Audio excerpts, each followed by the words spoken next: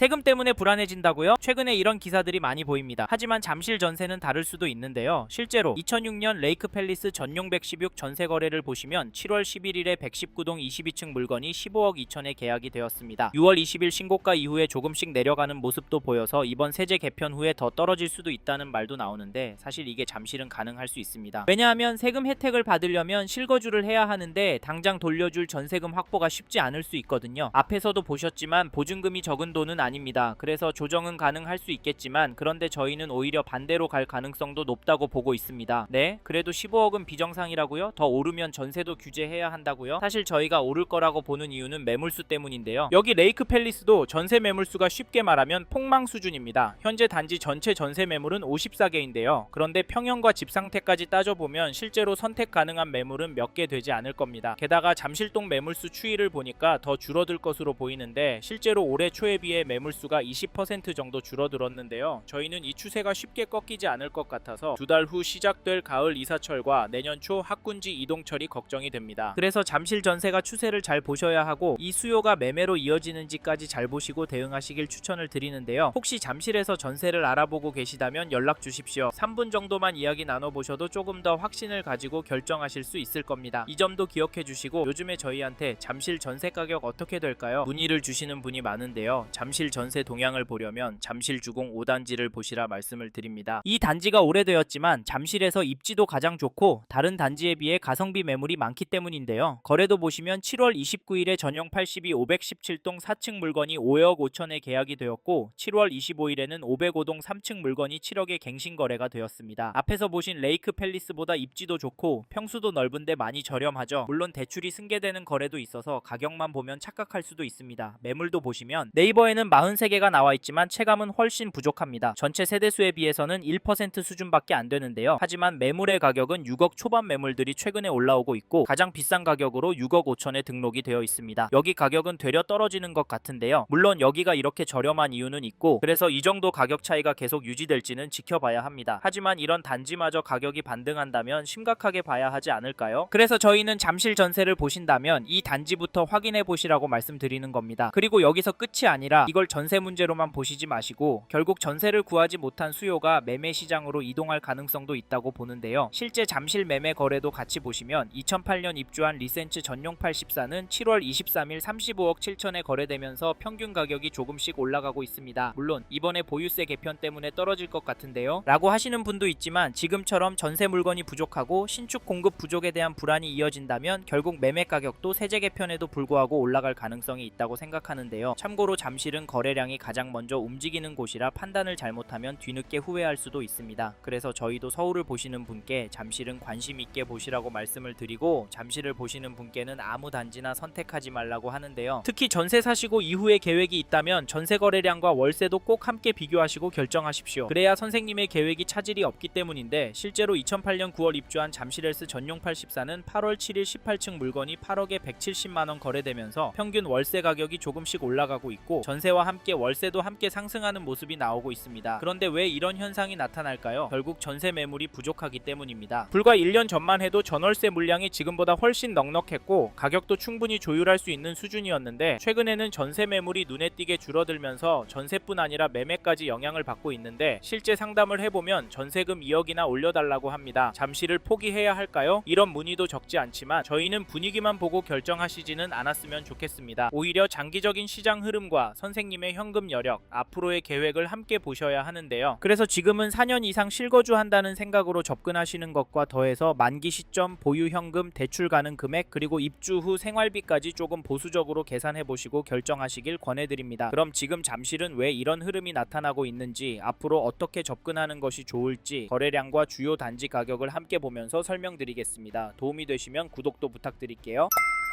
최근에 잠실 아파트 지켜보시는 분들이 늘어나고 있습니다. 왜냐하면 잠실이 서울 아파트 움직임의 기준이기 때문인데요. 특히 요즘같이 결정이 어려운 시기에는 저희는 선생님께서 문자 몇 개, 이야기 몇 개만 듣고 괜찮다, 별로다 판단하시기보다는 적어도 3가지 기준은 꼭 정리하고 보시고 조건이 안 맞으면 아예 보지 말라고까지 말씀드립니다. 첫째, 이 단지를 얼마나 보유할 계획이신지. 둘째, 지금 자금 구조가 이 단지에 무리 없는 상태인지. 셋째, 비교 중인 다른 단지와 수익 구조가 어떤 차이 차이가 있는지인데요. 이 세 가지가 정리되지 않으면 지금 구간에서는 오히려 독이 될 수 있습니다. 사실 잠실에 대한 전체적인 흐름만 보면 요즘 매물도 늘고 있고 호가도 점점 아래로 쏠리고 있습니다. 하지만 거래 데이터는 아직은 다른데요. 잠실이 속한 송파구의 거래량을 보시면 11월 454건, 12월 319건, 1월에도 이미 269건 계약이 되었습니다. 물론 강력 규제가 예고된 시점보다 과거 시점이긴 하지만 이 정도 수요가 있는 지역이라는 점 중요한데요. 왜냐하면 서울 신축 공급 부족과 양극화 현상, 거기다 전월세 매물 부족과 가격 상승이 이 심리가 다시 살아나는 순간 가격은 빠르게 회복될 가능성도 있기 때문입니다. 그래서 잠실은 하락 논리만 보고 접근하기엔 위험한 지역인데요. 2008년 입주한 잠실 엘스 아파트 전용 84 매매 거래를 보시면 2월 4일에 160동 6층 물건이 34억 5천 거래가 되었습니다. 2월 초까지는 전체적인 가격도 오르는 모습으로 나오고 있고 전세 가격도 보시면 2월 12일에 101동 17층 물건이 12억 5천에 거래가 되었는데 전세 가격은 큰 폭으로 오르는 것 같아 보이진 않습니다. 그리고 중요한 건 이 단지 전세 물건이 부족하다는 점입니다. 거의 9천 세대 되는 전용 84 전세 물건이 20개 정도밖에 없는 상황인데요. 반면 매도 호가는 최근 등록 물건들이 내려오면서 평균 호가가 조금씩 낮아지고 있습니다. 즉 전세는 타이트하고 매도는 눈치 보는 흐름입니다. 그래서 시장이 더 헷갈립니다. 다음으로 잠실이 속한 송파구 전체 시장 흐름을 보여주는 KB 매매지수도 보시면 전주에 비해서는 0.282% 상승한 것이 확인되고 전세지수도 보시면 전주에 비해서 0.091% 올랐습니다. 잠실은 매매지수가 전세지수보다 더 오르고 있는데 사실 데이터만 보면 쉽게 결론 내리기 어려운 시장입니다. 물론 매도 매물은 늘고 있고 최근 매도가가 낮아지는 사례도 나오고 있는데요. 그래서 조정이 나올 가능성도 충분히 있습니다. 즉 지금 잠실은 상승 근거와 하락 근거가 동시에 존재하는 구간이라는 점 잊지 마시고 잠실 시장을 바라보셨으면 좋겠네요. 여기서 잠깐 마청풀 구독자 홍보 하나 하고 가겠습니다. 오늘 소개해드릴 곳은 우리공항 콜벤입니다. 가족 단위로 해외여행 가실 때 짐이 많거나 인원이 많으면 이동이 번거로우실 텐데요. 그럴 때 한 번에 이동할 수 있어서 편하게 이용하실 수 있다고 합니다. 차량 관리도 깔끔하게 되어 있고 새벽 시간에도 운행합니다. 공항 이동이 필요하신 분들은 댓글 상단 링크 참고해 보셔도 좋겠습니다. 그럼 다시 잠실 이야기 이어가겠습니다.